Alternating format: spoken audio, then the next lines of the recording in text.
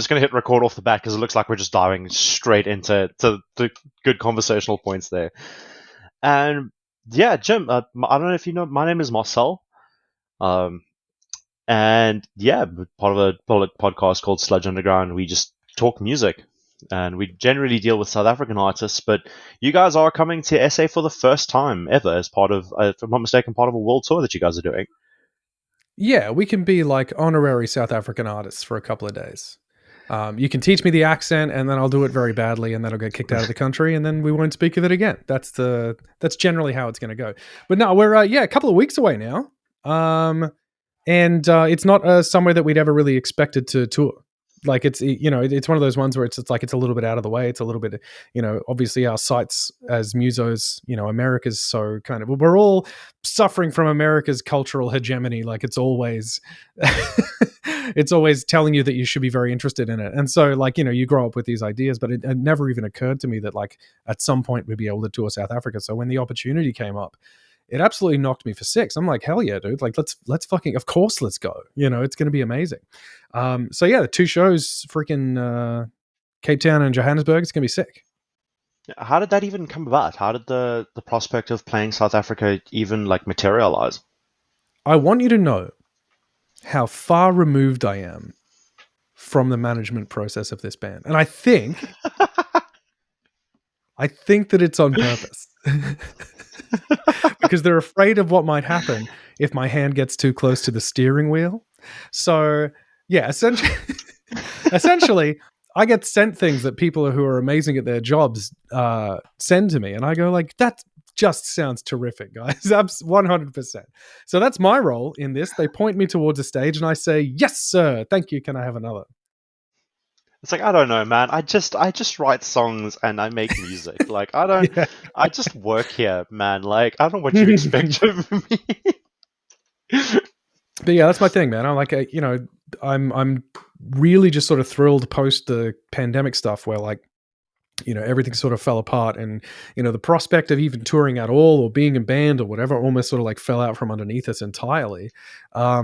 Especially as Aussies, you know what I mean? I'm sure like South African bands feel the same way because of the sort of like geographic isolation that you have and the distances you guys would have to travel as well as us. That possibility of international travel just disappeared. And so the whole touring band thing kind of did as well.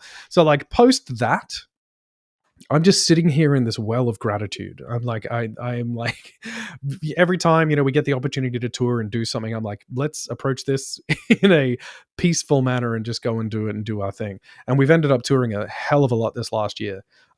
Ironically, too much. After everything that I just said, yeah, slightly too much touring. But yeah, it's gonna be terrific, man. It's gonna be sweet. Yeah, because I see you guys played like you played New Zealand, you played Scandinavia. I think Scandinavia alone had something like 10 shows. I believe you were in North America this year as well, if I've read correctly. And then you're coming to us, and then where else are you guys? You played a whole bunch of Aussie shows as well. Basically, like August, September last year. So for the last, our final tour for the year is going to be in Scandinavia, and that ends in September, October. So like August, September last year, we did a 3-week run in Europe and then 2 weeks in Latin America. And then January through February, we were in the United States doing 20 to 30 shows on the release of Charcoal Grace, the most recent album.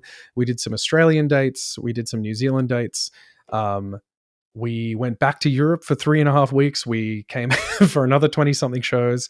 We came back and did some more Australian dates. And that's when we did New Zealand, sorry. And then we're coming to South Africa and then Scandinavia. So it's like, I think Dale, our bassist, put together like a little list just while we were flying. Cause we spend a lot of hours in the air. So he was just kind of doing a little fucking something to pass the time. And he was on the plane and he figured out that like within a period of about 18 months, we will have collectively each had 61 flights or 62 flights or something like that in that 18-month period between all of us. So like just an amazing amount of travel. But yeah, so lots of touring, lots of fun, lots of good times. But yeah, it'll be nice to knock the final tour of the year out in October and, spend Christmas with the family and be a dad, like be a present parent, And if I'm not mistaken, like from something I've seen, you're a relatively like new parent. I think like one of the last interviews you did, your child was like 6 months old, and I'm not too sure what the distance was there. I'm assuming your child's about over a year now, or? I my youngest is 3 and my eldest is 9.5. So Oh, okay, so it's so yeah, like basically alongside the release of our third album, Bloom, in 2015 was when my eldest was born, and it sort of like coincides with a big shift in the tone of the band, wanting to be more kind of like positive and try and encourage people to overcome things and all of that. Because coming out of like, I had a personally really bad time in 2014. It was a really really hard time, lots of loss and things like that. And then with the baby coming into my life in 2015, it kind of like it did change everything. And so like my storytelling creative side wanted to be more like, okay, we can cover a dark topic, but let's make it something positive, let's make it something that makes a difference for somebody. And that's sort of been part of my mission statement basically since then. it's interesting, like how much it can change your perspective. I'm glad it brought something positive into your life, and also caused like a positive shift in the message that you were putting out as well. So Yeah, I that's mean, I'd like more sleep. It would be good to sleep. So if you have any sleep, that would be awesome. But yeah, no, it's outside of that, pretty amazing. Yeah, and then, so if I'm not mistaken, so you're a dad, you're obviously a husband, you've got the band, and then if I'm not mistaken, you work a full time job as well. Is I, always I Caligula's was the full band. no, we like all of us have jobs to support our lives and families. Especially because things in Australia are super expensive now. Like we've got a bit of a the cost of living and housing crisis and stuff going on. Similar to a lot of places around the world. We're not unique in that way. Um, the guys all work. I teach singing at home. I previously had the 9 to 5, the kind of office job and stuff like that. But it just like with the amount of touring that we're doing, there was no way that it was going to be kept up. And so I've started teaching from home, and I have a lot of students internationally now. I do a lot of other side things as well. I have a podcast and called The Music and Everything, which is it's basically about, again, it's along that mission statement thing of we find topics we don't know anything about and we find a way to get excited about them. We're looking for the joy in stuff. There's the music and everything. And I stream on Twitch as well. I got a bunch of different stuff going on. So it's like, all of my stuff happens to be in the music and entertainment field. But yeah, all of us have to work to support because the band really doesn't pay us, Yeah, a which is lot of it, tragic. like it is really, because like a lot of guys don't realize that music is actually, it's so much more of a passion project than people realize. And especially doing what you guys do, like with the people don't realize the cost in actually touring overseas as a musician, because it can be Mm. wild sometimes. And yeah, you're Oh lucky to yeah, break no, even. 100%. Like, I mean, we've been making a loss for a really long time with that, and there's only been a couple of international tours where we've come back broken even or made money. The United States was one of those, which was great, really successful for us, which is awesome. But yeah, I don't like to sort of put on airs about that. I don't like to pretend that that's the case because it's not. I mean, in any other like universe, even we're talking like 20 to 25 years ago, a band of our status would be making money off the band and like enough, like a wage, maybe not a living wage, but certainly a wage off the band, something that would sort of counteract the fact that we're away so much. But as it is now, like the band barely makes money. I make a handful of bucks out of royalties and stuff, and that's about it. Like we literally, we have even on one streaming platform between like more than 100,000 listeners every single month. We have millions and millions of streams. We tour the world. We've sold records and charted in a whole bunch of different countries. And like, we all have to have jobs. So it's one of those ones where it's kind of like, it is a bit of a trap. But the reason that we started doing this is because I feel like we wouldn't be able to live a life without doing something creative. It's like we have so much to say creatively and artistically, and we work so well as a team that it's just kind of like it was inevitable that we kept doing this for as long as it is economically feasible to do so. Yeah, and then like one of the things as well, like as a musician, as a touring band, like merch sales is a big part Oh of yeah. how you guys actually make money. And I was checking through like while I was researching for this video, and I see like in New Zealand, you guys ran into a problem where your merch got Aha. withheld by customs. And like, Yeah. what happened with that? What was? Did they actually give you a reason for it, or? Well, I mean, there's some like GST stuff, right? So like goods and services tax. We have a GST in Australia, and they have one there as well. And I believe the issue that they had was we weren't going to be paying GST on the goods or something that we were bringing in. Some fucking arcane bullshit. But like the issue with it is that it's like, they're picking on this band that has 3 boxes of merch. You know what I mean? This band, like this isn't like us as a big industrial fucking sneaking shit in thing. This is just like, man, we brought some shirts, like it's a bag of shirts, and they knew it was shirts because they opened it up and they had a look, and then they made us take all the sizes out, and then blah blah blah. They were just looking for anything to be like totally fastidious and just generally awful, and so it was probably within their rights to withhold it, and that's fine. But it just really does suck that like then we had no merch for one of the 3 shows we were playing in the country, and it's like that makes an immense amount of difference into the bottom line of a tour for us. Like, and I want to encourage, I mean, I hate to talk past you to listeners, but I do want to kind of encourage anyone that is listening to remind them that it's like merch is literally the best way that you can support a band directly. Go to their shows, purchase merch. That's the way to do it. So yeah, it did put a pretty nasty sort of like impact on the first little bit of the tour, but like fortunately the shows were sick and the people at the shows were amazing because like Kiwis are great, like, you know, just good people to be around. It's funny, like South Africans, a lot of the time we online get mistaken either for New Zealanders or Australians. Yeah, Surprisingly, right. You know what's interesting is like, that's how I describe, right? Okay, like you know how Americans can't do an oh my Australian god, I accent. swear to God, I just saw a gigantic spider running behind you. No, you didn't. You didn't see shit. Of I am gonna go back and watch this. Holy Are you fuck! actually Okay, serious? Where? from Where? your guitar across the room. I swear to God, I just saw something run across the floor. Fuck, That was dude. terrible. Why are you gonna do this to me, man? Shit. I'm sorry. All right. Here I am, crossing my legs up on my seat and hoping for the best. We do get huntsmans down here. Like, so a huntsman spider is the one that looks like a hand that kind of runs across the. Yes. Eh, it's fine. We just kind of let those ones go, by the way. It's like, you know, if they're like really big and aggressive and they're kind of like near the kids' rooms and stuff, we'll get like a bowl and whatever and try and get it out of the room. But like for the most part, if they're just down here in the office, they're fucking getting rid of other pests for me on my behalf. So I don't mind so much. As long as there's a Um, mutually beneficial relationship, I'm fine. That's okay. well, That's for the time being, we'll see what happens throughout the interview if this thing ends up on me. I will say that, you know, okay, so on the topic of accents, like I've always made the joke that like Americans generally can't do a very good Australian accent. They just can't. Um, because I think that their musculature is so active when they speak, and Australians are so lazy in our voice that it's like it's hard to imitate. So when Americans try to do an Australian accent, they end up somewhere between New Zealand and South Africa. So it's like if you listen for that, next time you see an American person playing an Aussie, you'll hear it. It's just like little tiny bit of South Africa, little tiny bit of New Zealand in there, and no Australia at all. Absolutely zero. I'm gonna look out for that next time. That's actually Please I've never do. thought of it that way. Yeah, like sorry that the spider like threw my my entire thing off there, and I'm terrified. that was terrifying. And then, like, have you had the time to like listen to like any of the South African bands that are going to be supporting you guys the side when you Look, I come through? haven't yet. I'll be honest, I haven't. I have been reminded by a number of people that have interviewed me because they're all really excited about it.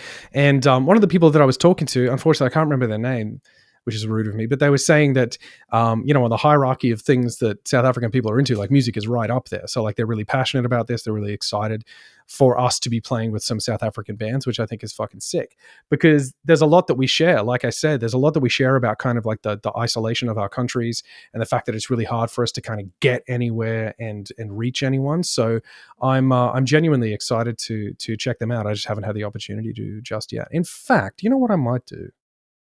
I'm gonna make this promise to you now. I'm gonna play their stuff on stream next time I do like a music listening stream that I call Unheard Of, which is always good fun. And so I'll play the other bands. I'll play the South African bands, and we'll check it out there. One of the bands that you're going to be playing with is going to Viken Open Air. They won the finals this side, so they're going Fuck to yeah! play, and they're going over to Germany like on tomorrow actually, and they're playing on Fuck Wednesday. yeah! So they're really cool. I was actually having a chat with them last night, and And then one of the bands you're playing with in Cape Town is Deity's Muse, and they're also a prog Mhm. band that's been around like since before I even started making music in my own local No scene. Like, way. so they've been True. around for a while. Dude, sick. I'm keen. I'll have to pick those guys' brains about Vakken because like that I want to play Vakken. I was like, just like, hey man, can you get me into Vakken? Could you? Like, I think for us, we have there's a competition, that the Battle for Vakken, where a bunch of bands enter, and like it's kind of like a battle of the bands concept, and then the winner Yeah, of yeah. the different regions go over to play in Germany for another battle versus all the other countries and stuff. So it's That's so sick. it's a great What a fucking opportunity, like opportunity. especially Like with, we had last year in that August September run that I was talking about, we actually in amongst a whole bunch of headline shows that were kind of in the gaps, we played a whole bunch of festivals, the European festivals, and so we played Rockstadt Festival, Radar Festival, Brutal Assault, I'm probably forgetting Arctangent, and Brutal Assault was fascinating because again, it's like it's in the Czech Republic, it's in this old fort, it's like this really cool location, you know, the big outdoor stages, stuff that we've never had the opportunity to do at home. And they're like bucket list things for me. Like I remember being a teenage kid and watching festival shows and going like, fuck yeah, dude. Um, and so it was cool to be on one of those and kind of, you know, look out over that daytime crowd and play that show. But we would definitely, I would say, on the fruitier side musically compared to the rest of that lineup for that day. Because of course it was just metal, man. It was like metal at breakfast all the way through to dessert. It was just metal. And then in the middle of the day, it's us just like, hi. So it was kind of, you know, those were always fascinating experiences to have because there's also that thing where, and one of the things that we like to carry as a band with us is kind of the tone of us as people. Like obviously musically and artistically, we're dedicated to that, and we try and capture and express the emotion of the song because there's a lot of emotion in our music. But on stage and in between songs, it's banter, it's chat, it's chit chat because it's like we're a bunch of Aussie blokes, man. So it's like that's the thing that I like to do at festivals the most because people are so expecting like the all right, are you ready, like that whole thing, and it's me going, yeah, g'day guys, hey, like it's just like totally completely undoing all of that. I pride myself in that because it's a very Australian thing to do, and I'm very proud to be an Australian. God damn it, he said, there's looking over this. his shoulder for a spider. Yes, this is like this, for some reason there's just this clip that comes and pops into mind of this, I think it's like a smaller Aussie, like hardcore band.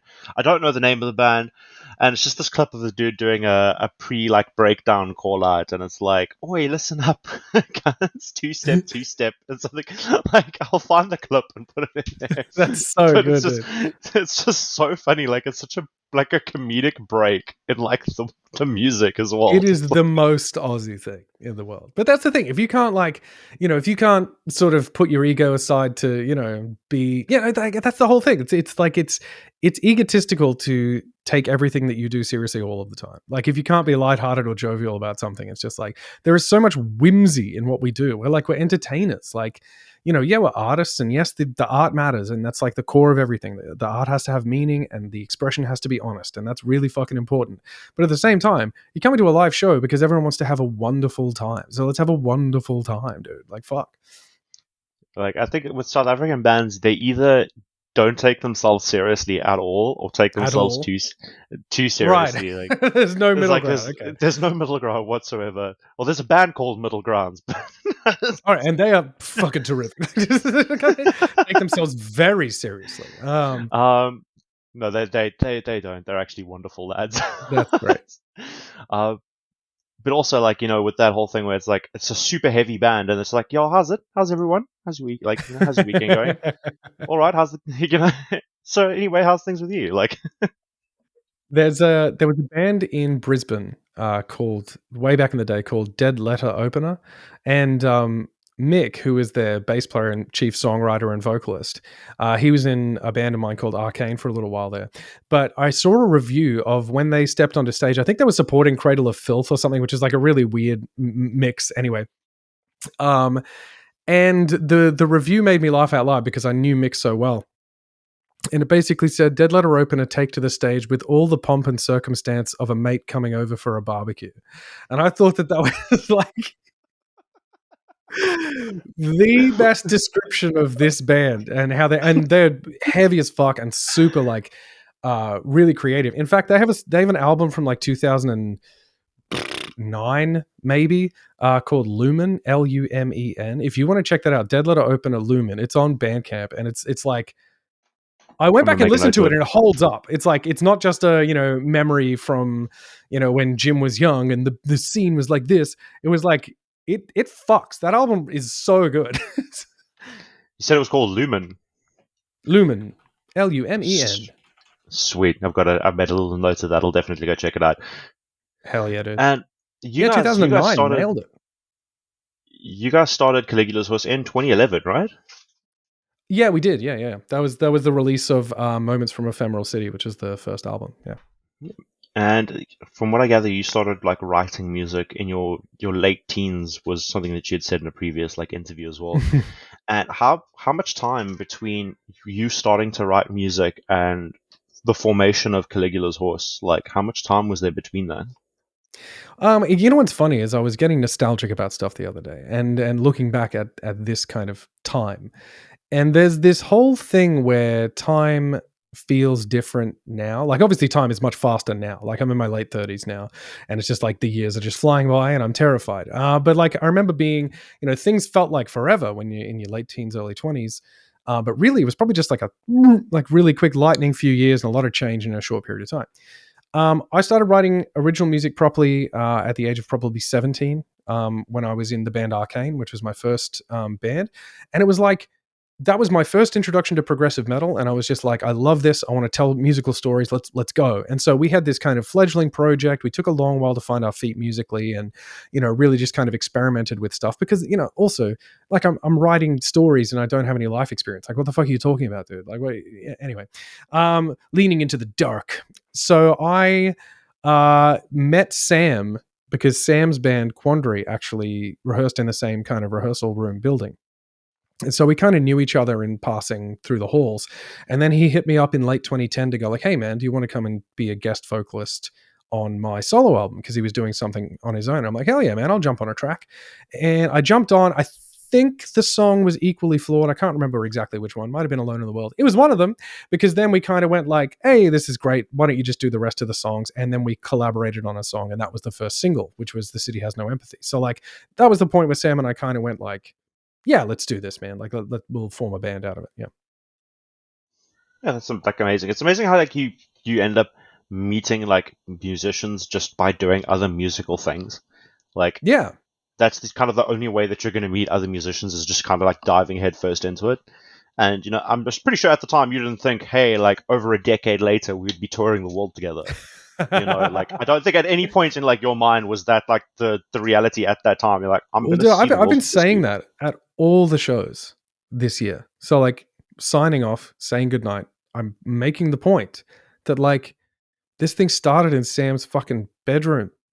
It's like we recorded the vocals in like a friggin' cupboard with clothes. It's like the first there's video footage of me recording the first single and like I'm standing with my shirt off because I wasn't comfortable with my shirt on for the sensation of my shirt for some fucking reason in this broken fucking rehearsal room with a broken mic stand. Like, so the very idea, like the idea that we're touring this and coming to South Africa and whatever is hilarious because of that context. So yeah, there's no way that we decided to take the band seriously. Like that's not a joke. Like we from day one, it's not like we went kind of like we're going to take over the world. We just went like, no, we're going to do this properly. So we're going to be the tightest band we can. We're going to be as good as we can possibly be. But no, we had no sight set on like domination of the planet.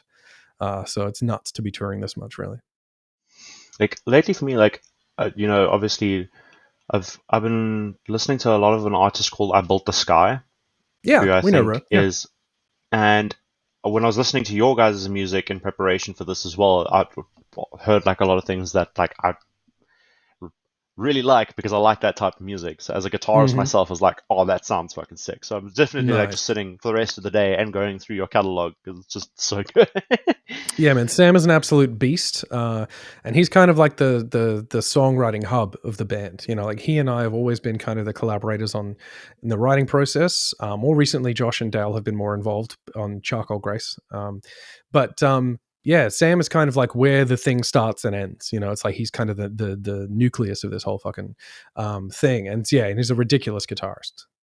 The Yeah, kind of you can guitarist that makes absolutely hear it. guitarists go like, "No, I don't want to do this anymore," Absolutely, which always makes me 100%. laugh. I'm one of them at this point in time.